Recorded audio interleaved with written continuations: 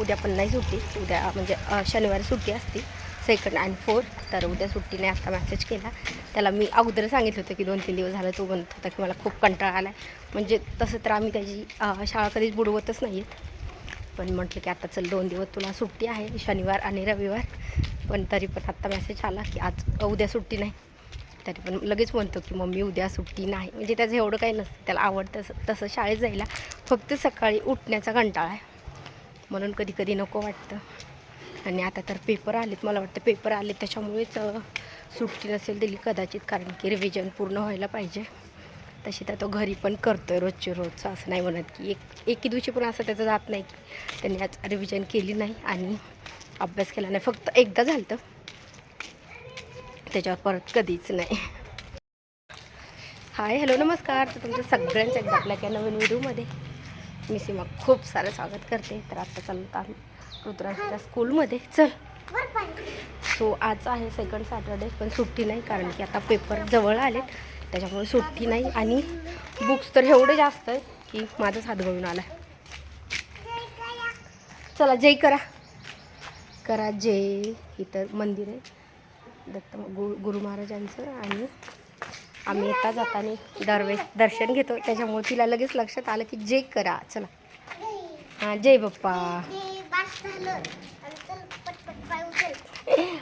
अलीकडे ह्या रस्त्याने जास्त गाड्या येत नाहीत म्हणून मोकळे 2 जण चालतात. आता पुढे मोठा रस्ता आहे, पाण्यातनं जायचं नाही अद्याप. तर आता दोघांना मला दोन्ही हाताला धरावं लागणार. हो, तिकडे जाऊ नको बुबूकडे. कबूतर ये रे इकडं आद्याला धरायला. तू धरणार आहे आता कबूतर हिला कधी धरता येणार. गेलं उडून कबूतर. का धरणार आहे तू. आता शाळेत सोडलं, अगोदर यायचं म्हणते नाही म्हणते, यायचं म्हणते नाही म्हणते, कारण की तिची मम्मी पण आवरून बसली, त्यांना बाहेर जायचं असेल. काल पण तसं झालं, नेमकं मी त्याला शाळेत आणायला गेलते आणि त्या पण बाहेर चालल्या होत्या.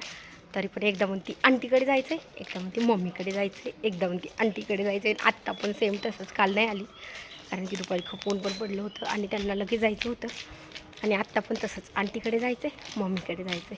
शेवटी मग त्या म्हटल्या की वेळ आहे त्यांना बाहेर जायला, तेव्हा मग माझ्यासोबत आली आणि दादाची चप्पल घातली. तर चालता येत नाही कारण की चप्पल मोठी आहे आणि पायात काही बसत नाही. तरी पण आम्हाला तीच चप्पल आवडती, दादाचीच कॅप आवडती आहे ना तुला.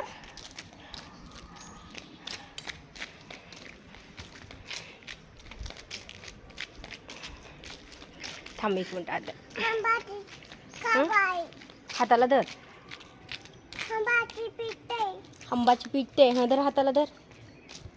कशाचं पिठे. आता आद्या पण जाणार आहे पुण्याला, बघू किती दिवस आहे. आंबाचं पीठ आहे, आंबाला खायला टाकते ना पीठ, टाकतो ना आपण. सावकाश असं होते. चप्पल नीट घाल. आंघोळ नाही केली, काही नाही, तसं चालू आहे आम्ही.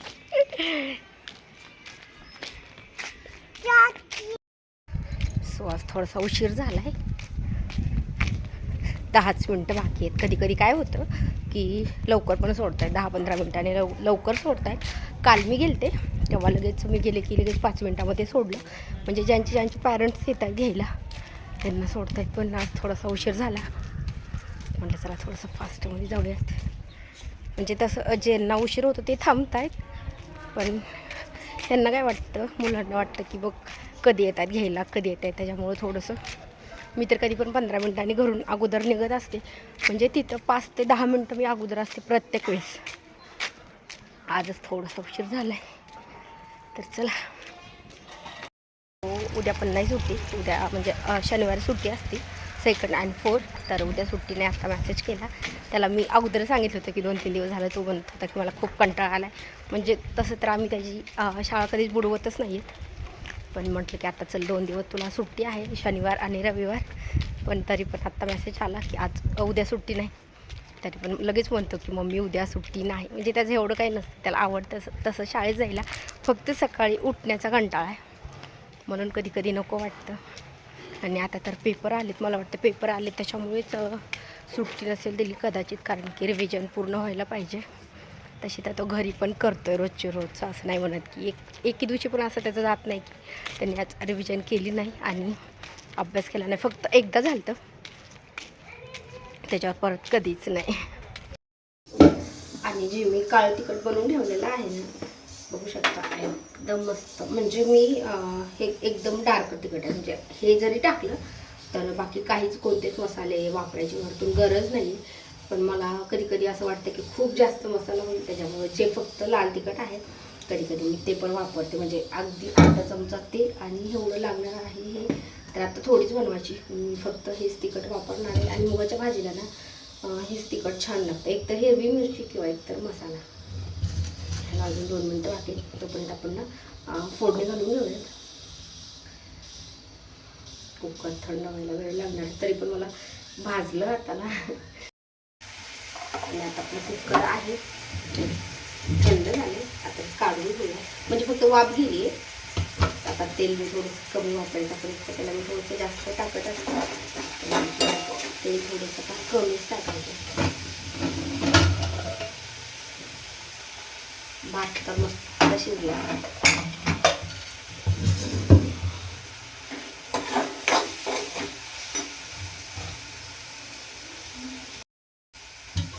आता मी हे पकडते, काय म्हणजे चटका होतो मसाला त्याच्यामुळे.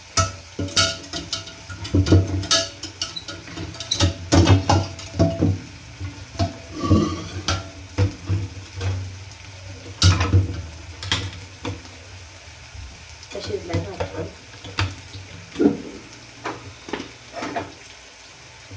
किचन कट्टा एवढा छोटा आहे ना की एकतर काहीच ठेवायला येत नाही, झालं की लगेच खाली ठेवावं लागतं. मग सगळा नाही शिजला. बघू शकता दरवेळेस एवढा गाळ होत असतो, त्यावेळेस नाही झालं कारण की मीच कमी शिजवलं. सो पीठ मस्त छान भिजले.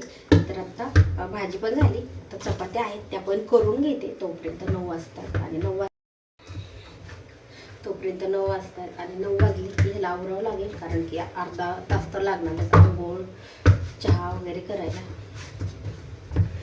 पीठ छान भिजले.